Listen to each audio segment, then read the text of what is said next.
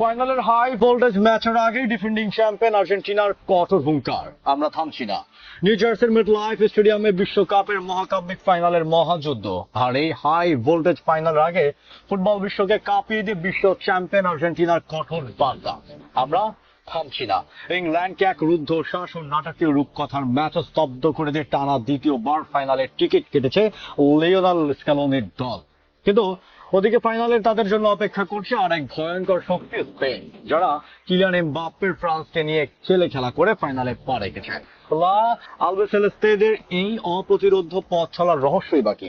স্পেনের সেই 17 বছরের বিস্ময় বালক লামিনে ইয়ামালকে রুখতে কি ছক কুঁচছেন মেসি স্ক্যালোনিরা?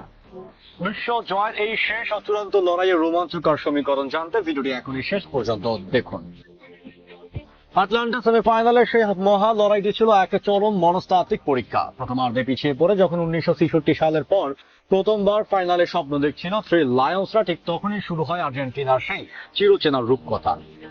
মাঝ মাঠের চালিকা শক্তি এনজো ফার্নান্দেজের এক চোখ ধাঁধানো গোলে প্রথমের সমতায় ফেরে আলবিসেলেস্তেরা। এরপর ম্যাচ যখন অতিরিক্ত সময়ের দিকে গড়াচ্ছিল, ঠিক তখনই এনজো ইনজুরি টাইমে স্পাইডারম্যান লাউতারো মার্টিনেজের সেই বুলেট গতির জয়সূচক গোল পুরো স্টেডিয়ামকে উল্লাসে ভাসিয়ে দেয়।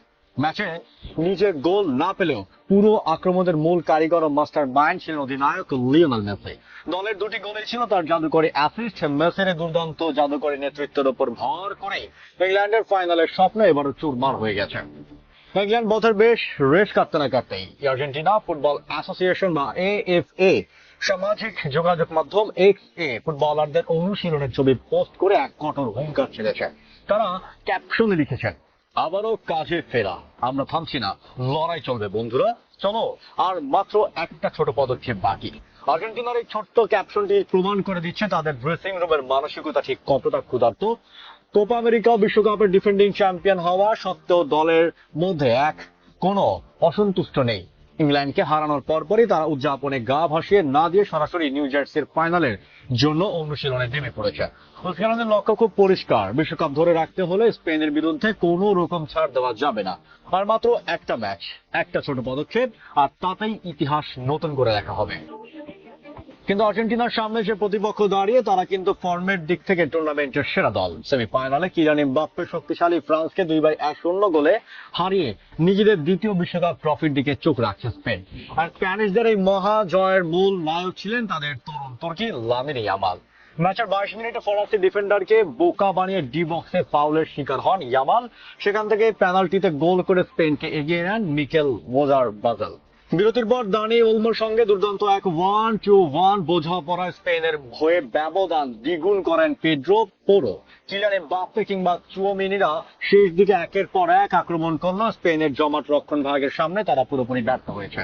সবচেয়ে বড় ভয়ের কারণ হলো পুরো টুর্নামেন্ট খেলার 7 ম্যাচের মধ্যে এটি ছিল স্পেনের ষষ্ঠ ক্লিন শিট। অর্থাৎ আর্জেন্টিনার ফরওয়ার্ড লাইনের সামনে স্পেনের এই জমাট ডিফেন্স এক বিশাল বড় পরীক্ষা হতে যাচ্ছে। একদিকে টানা দ্বিতীয়বার বিশ্বজয়ের লক্ষ্যে ক্ষুধার্ত অভিজ্ঞ আর্জেন্টিনা, অন্যদিকে তরুণ রক্তের ও ডিফেন্সে অপরাজয় স্পেন। নিউ জার্সির এই ফাইনাল স্রেফ একটি ট্রফির লড়াই নয়, এটি হতে যাচ্ছে লিওনেল মেসির অভিজ্ঞতা বনাম লামিনে ইয়ামালের তারুণ্যের এক ঐতিহাসিক মহাযুদ্ধ।